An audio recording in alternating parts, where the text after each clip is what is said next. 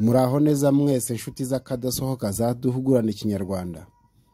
Dukomeje kubashimira uburyo mudahwema gukurikira ibiganiro tubagezaho kandi tunabashimira uburyo mubisangiza abagenzi banyu. Twizere ko meze neza aho muri hose. Abakunzi bacu bifuje ko twazajya tubagezaho ingeri z'ubuvanganzo zitandukanye harimo ibisigo, imivugo cyangwa se inkuru ndende bya kera kugira ngo nibura naho bavomemo imvugo z'abirangiranwa cyangwa se amagambo meza bakoresha baganira n'abagenzi babo. Uyu munsi rero nirunduriye mu ngeri y'imivugo y'ubu ngubu maze mbatoranyiriza umuvugo witwa Umuhoza wanjye. Umuntu yakoresha arata urukundo rwe cyangwa se arureshya.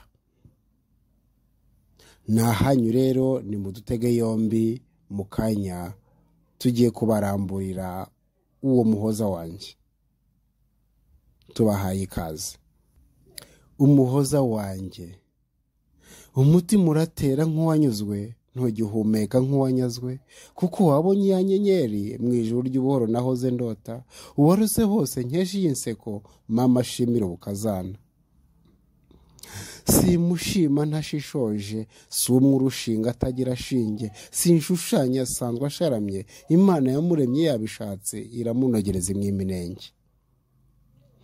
Sinkongwa mu bakobwa ni mukobwa ijana mbanye ijabiro, ni igisubizo cyo kwa Jambo, si yanshenziye mu bashingwe, nta rushinga ari umushari.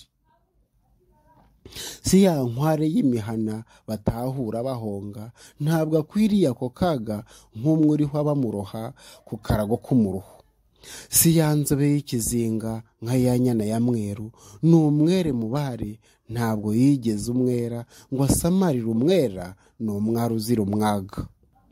Ntabwo asenga asebanya, ni agakiza mu bakizwa, inda yashimye ititotomba ngo wumve mu mbere ivovota, boshye ivugutiye umubirizi. Umubiri hose ni umuseno, ntuharaga ngo wumve uhanda, si uwo asiga ngo agire isura, agira amasano n'abamarayika, rurema yagabiye kuba beza ngo babe urumuri rweza imitima.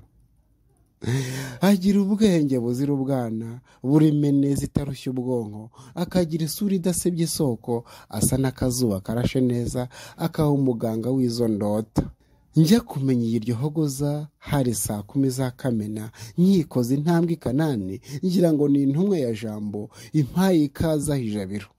Anyeretse icyangiro mu matwara, mbangiza intwaro yo kumutwara, nca mu byatsi ngo ndore byansi, naho imitozo nasukuye, ngo nzamukamire izidateka, ngo nzamuhembe ubutamuhenda, kuko aberewe no guheka.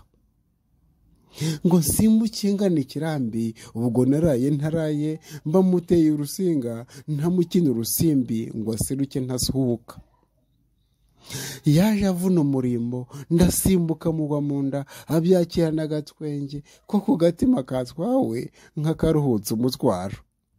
Narizihiwe musanga, andebana ubushake n'umushinga w'urushako, nishira ishavu ndashimye. Yatendeje ngo handeba n'indoro yuje ubutoni, aratereka ndasarikwa, umutima uti bitereko n'umusonga w'intimba, y'agatimba nataye nayo nambitse intare hirya. Ni keza kazirike manje nahawe hagahozo, ngo ejo ntasasazana ikihoze kandi hari iryo hogozi. Ni akanyambo ko mu nyamibwa, ni agasimbi ka roho nziza, mbonamo agasaro nsinzira, bugacya ngasingiza rikarenga. Ngayo nguko nahangaha rero dusoreje umuvuga wacu. Nahanyo kugira ngo muvanemo amagambo meza mwakoresha murata abakunzi banyu, kugira ngo urukundo rwogere kandi ruryohe.